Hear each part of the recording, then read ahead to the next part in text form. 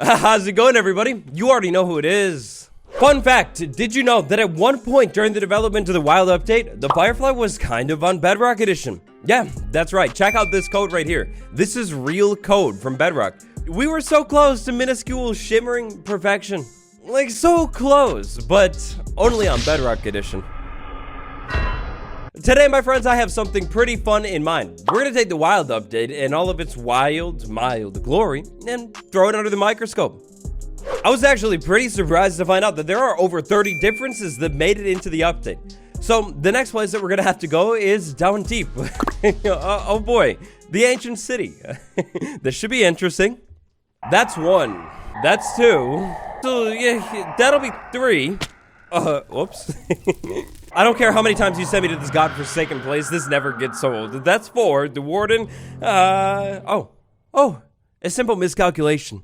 Simply put, I've done it again. I'm way too loud. Inside of the ancient city, the warden has popped up. Cosplay. I'm on Bedrock Edition right now. I just put on my protection 4 armor. I should be good. As long as it doesn't get, like, touching me, I should be good, right? Well, actually, kind of. You see, when the Wild update released, the sonic boom was significantly weaker on Bedrock Edition. Armor enchantments, like these good ones right here, would nerf the damage the sonic boom deals. That was changed in 1.19.10 though. Be careful. Doesn't work like that anymore. Look, I regret to inform you, the Fireflies didn't make the cut. They're not in the update. The sonic boom, unfortunately, did make the cut. It is in the update. It was just changed. Mud? Well, I guess it's kind of hard to tell. There's so many cut features. Did it make the update? Did it not? I guess the world will never know. Mud is a pretty crucial block when it comes to the update. I mean, it makes up almost the entire surface of the new biome. Being so important, you would think that this thing is perfectly the same on Bedrock and Java, right? Well, almost right. You're actually wrong. So, mud, it's a little bit less than a solid block, right? Like, if I move on it, I bump down just a little bit. We could take that mechanic on Java Edition and turn it into something potentially completely game-changing. Check this out. Throw a block on mud, and it disappears. It just goes away, no matter what block it is. All of this wonderfulness is happening because mud is a little bit less than a block, and on Java, the hopper knows that. If you throw an item on top of a mud block on Java Edition, with a hopper below it, it'll be picked up. 3 is a great number. Now that we're 3 in, do me a quick favor. If you like these list style videos and you want me to make more, then leave a like on this video. Absolutely destroying that like button will not only let YouTube know to send this video out to more people, but it will also let me know that maybe I should make more lists. World destroyers, like your little sibling or your immature friend, will hate this one simple trick. Check this out. The leaf block, the water. You could waterlog the entire forest to make it look so ugly. I mean, look at it. It's horrendous. We got this one on a technicality because you see, in the 1.19 update, this was a new mechanic, but only on Java. Bedrock was actually ahead of the curve this time. They've had it for years. Alright friends, please kindly think fast, it's go time. And what tool is the most important tool in the 1.19 update, and why is it quite possibly the hoe? Well, I'll give you 4 answers. The Skulk Sensor, Skulk Catalyst, Skulk Shrieker, and then the Skulk Block as well. 1.19 didn't really focus on very many tool upgrades, unless you're the hoe. The hoe is very, very useful in 1.19. Being such an important tool in the update, I figured it made sense to talk about it just a little bit. So, hoe differences. If you play on Bedrock Edition and you like to combat with the hoe, well, actually, it's a little bit stronger than Java Edition. On Java, the hoe every single time will only deal 1 damage, whereas on Bedrock Edition, it's as strong as a pickaxe. That's overpowered. Crafting the hoe, well, it's a whole new world of possibilities and combinations on Java Edition. Not the flex, but that doesn't work like that on Bedrock. Considering finally copying Minecraft and just can't decide, well, maybe that's the deciding factor right there. Now look at me, apparently I'm a hero. I have the hero of the village effect. Hopefully, just maybe, the villager will eventually throw me a stone hoe for free. Only on Java though. Mangrove roots. They're another one of those interesting new Wild update blocks with some unique properties. For starters, you can see through it. For not starters, you can waterlog the block. But the waterlogging mechanic, it's a little bit different. On Java Edition, check this out. The water is clearly just staying inside of the root. It's fully contained. On Bedrock, things are a little bit different. Water, it spills out every single time. So let's go back to that ancient city for a second. The Warden, it's insanely terrifying. Maybe you bought Minecraft to totally just chill and vibe. You're not really into the horror stuff. Couldn't be me, but fair enough. On Java, the devs got you. There's a simple game rule. Game rule, do warden spawning, set it to false, and a warden will never spawn in your world again. I feel like this is a pretty simple game rule. You would think that it would exist on both versions of the game, but unless I'm missing something, it's not on Bedrock. Usually, when the devs are working on an update, there are some smaller features inside of that update that kind of extend beyond the update. Like, they don't really fit in. Surprisingly, the Nether is completely unchanged in 1.19, and on Bedrock, unfortunately, that's a bad thing. The Nether ceiling, so it's a tricky one. For this video, I tried to find differences that related to 1.19. I feel like this one totally does, because you can go on the Nether ceiling in the basalt deltas and make an insane froglight farm. Super easy too. Of course, building above the Nether, that only works on Java. Let's start a war. Is the Nether ceiling too cheaty and you shouldn't be able to build up here? Or should Bedrock finally get this functionality? Let me know down below. So while I was working on the research for this video, I did a lot of digging. I tried to look into the individual biomes in the game, specifically the new ones, and see if there's any difference when it comes to mob spawning. Of course, the mob spawning, it works a little bit different on Java and Bedrock Edition. One interesting thing that I did find, and from my testing seems to check out, is the fact that the frog, instead of the plain old and normal swamp biome, it seems to be less common on Bedrock. At least that's what it seemed like when I checked out swamps on both versions of the game. If we want to take a look at the statistics, it definitely checks out. And you know what, why not? While we're here, let's talk about the mangrove swamp biome as well, Minecraft's newest surface biome.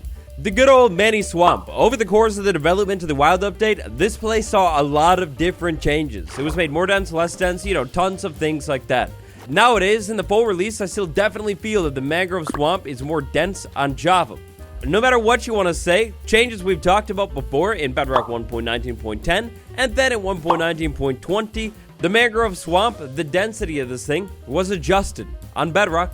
Okay, look, it's a niche scenario. I don't know exactly how useful this next one is going to be to you, but here's the thing. It's only useful to you if you're on Java. So when I made a fact-checking, myth-busting the mangrove swamp video, I said it wasn't possible to trap tadpoles inside of the roots. You guys helped me out with that one. I found out it's not true. So check this out. We have two mangrove roots, one on top of the other. We go ahead and put trap doors or solid blocks along this top one. We put the tadpole in the bottom one. The water spills out. Okay, that's fine. We'll just go ahead and get rid of that. And then the top one, inside of it, we actually have a tadpole trapped there. I don't know if you can see it, but it's like right there on the bottom of the block. Yeah. After you trap the tadpole, you can just go ahead and get rid of the trap doors. But yeah, that's right. You can eternally trap tadpoles inside of root blocks on Java. Interesting.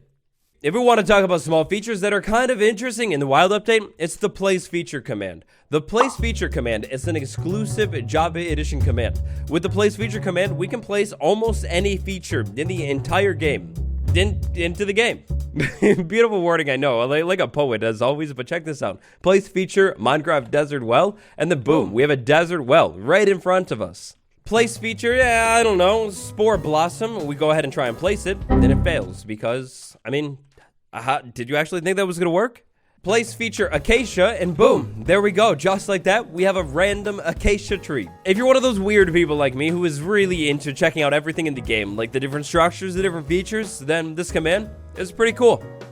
Okay, disclaimer for this next one. If you play Bedrock, this is gonna make you jealous. It's gonna make you really, really jealous. Look at this. I've given myself night vision. This is an ancient city. I fly around the ancient city in normal difficulty, which is what I'm in right now, and it's empty. It's devoid. Like an ancient city probably should be, it's empty, completely empty. Nobody lives here, and nobody will live here, as long as I don't set off the warden. I feel bad for Bedrock Edition for this one, because the ancient city is severely bugged on Bedrock, and I think it completely ruins the experience. Other mobs spawn inside of the ancient city on Bedrock Edition. Yeah. The ancient city, arguably the most mysterious, big feature in the entire wild update, all of the things inside of it. Yep, it's bugged, severely bugged on Bedrock Edition, and it still is to this day. Slime can spawn inside of here. I've seen screenshots of other mobs spawning inside of the ancient city as well. I'm not a developer, but I'm sorry. I feel for you. Let's talk about skulk sensors. Alone, this is going to be nearly impossible to show off, but skulk sensors, they're advanced. Skulk sensors listen to vibrations, or in other words, changes in your world. Let's make a scenario. Cow, hi friend. Okay, so this cow and me, if we move at the same time, the vibration that is closer to the skulk sensor will be detected. Meanwhile, the vibration that's a little bit further, but at the exact same time, it's ignored. This was a mechanic from the start on Java. Meanwhile, on Bedrock, that came along in the 1.19.20 update. The devs also keep making a ton of other skulk sensor changes, specifically on Bedrock Edition, dealing with different vibrations that can and can't be detected. Depending on how you look at it, this mechanic was either a huge advantage or a huge disadvantage. When 1.19 dropped, the alley was significantly different on Java and Bedrock. On Java, the alley's collection range has always been 32 blocks, meaning the alley will look around up to 32 blocks away for an item on the ground and try and pick it up. If that item were, say, 35 blocks away, the alley will completely ignore it. But on Bedrock, 64 blocks. The distance, the detection search radius thing, it was 64 blocks when the update dropped. The pickup range was later nerfed to 32 blocks, which is a great thing if you care about speed, but a bad thing if you care about range. I said it before, I will say it again, man. I'm a connoisseur of the arts. Personally, I love the Mona Lisa. I'm just drawn to it. Speaking of art, look at this art that was added to Java Edition in 1.19. I drew this art. I take full credit. I made all of these paintings myself. Now you know. The locate command is easily one of the best commands in the entire game. I mean, it's so useful. You can do so many different things with it. You can find different biomes, you can find different structures, and on Java, you can find POIs. A POI, or a point of interest. What is it? Well, a POI is basically like an important location. As you can see here, a lot of these different POIs have to do with villagers. For example, the meeting place POI. If we check that out, we're going to find that the meeting point of this village is going to be right over here. That means at certain times in the day, the villagers will come to this spot in the village to romantically stare at each other. It's beautiful. Though improvements were made with the addition of the locate biome command on Bedrock Edition in the 1.19.10 update, the differences are still significant. The locate command is a little bit better on Java. Also, I'm pretty sure the sounds are a little bit nicer on Java too. Check this out. You can clearly tell that the bell noise is like, over there. It's that way. Yeah. That beautiful bell off to the right, it's all possible thanks to the directional audio toggle, a Java exclusive. I'm a sound engineer. I'm not a sound engineer, okay? I did testing though on Java and Bedrock, and it definitely sounds different, and I don't think directional audio is a thing on Bedrock. I'm pretty sure. So we count it. And speaking of settings, inside of the accessibility settings, we have this darkness pulsing toggle right here. If we slide it all the way down when darkness pulses, it doesn't. Slide over to Bedrock Edition, and inside of the settings, we'll find darkness effect strength instead. It does the same thing. Okay, look, please don't get physically violent with me. Please, please, please. It's a difference, okay? It's tiny. Easily the smallest difference in this video. But you would think with them both being new, they'd be the same, right? Java Bedrock 1.19, biggest differences. That's it for this video. I have a bonus one right here at the end. So I discovered this when I was working on testing things out for this video. Water. Flowing water. Skulk spread. Water stops skulk spread. I have no clue what you can actually do with this information, but yeah, do something with it. Interesting, right? Nowadays, the devs focus more and more on parity, but things still aren't perfect. Those are some of the biggest wild update version differences. If you by chance know of another one, definitely drop that down below. That'd be interesting to hear. Bill W, Medical Boomstick, Tanner B, Monkey Boy Chuck, Patron Gang, thank you. Final moments of your day to leave a like for good luck, subscribe to become enlightened. If you like differences, then consider checking out this video next. It's all about the combat update that will one day come to both versions of the game. Thanks for watching. It's been me. I'll see you tomorrow. Goodbye, everyone.